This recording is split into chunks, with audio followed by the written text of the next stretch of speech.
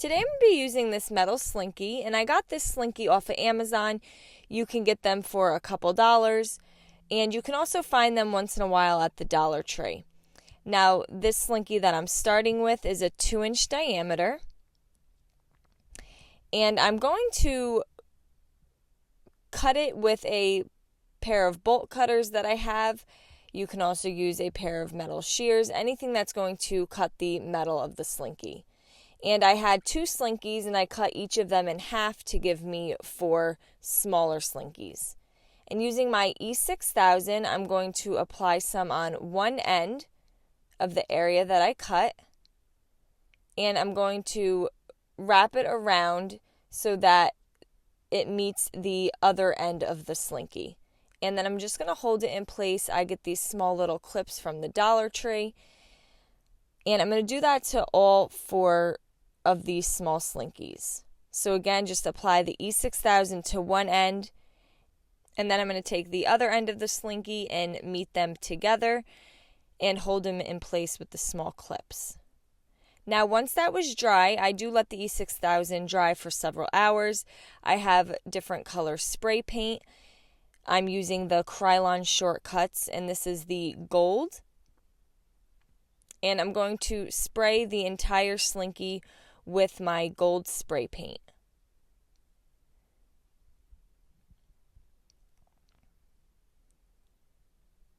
I also have the Krylon Shortcuts in white. And you can really use any color spray paint of your choice. I do think that the spray paint is easier than painting it using a paintbrush.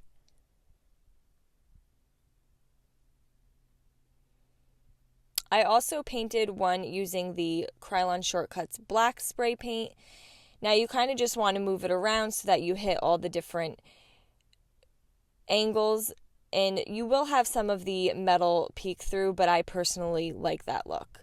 And the last one I painted with the black Krylon Shortcut spray paint again, but this time I added a little bit of orange glitter to it while the paint was still wet, and while the paint dried, the glitter stayed attached to the metal. And I'm going to allow all of that to fully dry.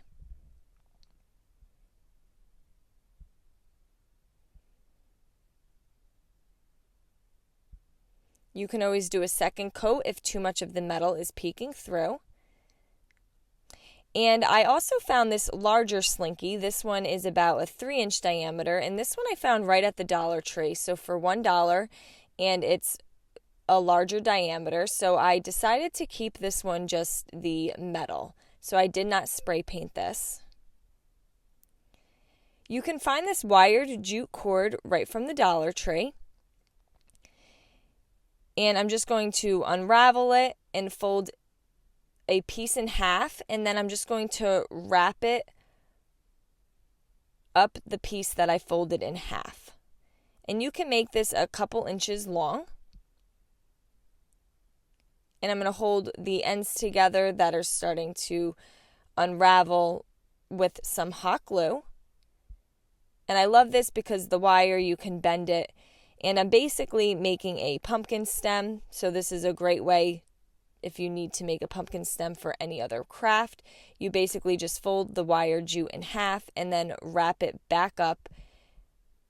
Finish the end off with some hot glue, and then you can just give them a little bend to resemble a pumpkin stem. And I just stuck that in the center of each Slinky. And I just thought this was a very easy, cute, inexpensive way to make an industrial type pumpkin. So I hope you guys enjoyed this video. Paint products, tissue paper, transfers, and mesh stencils can all be found on our webpage at chalkitupfancy.com. And don't forget, you can also check out other tutorials on our webpage as well. Have a great day.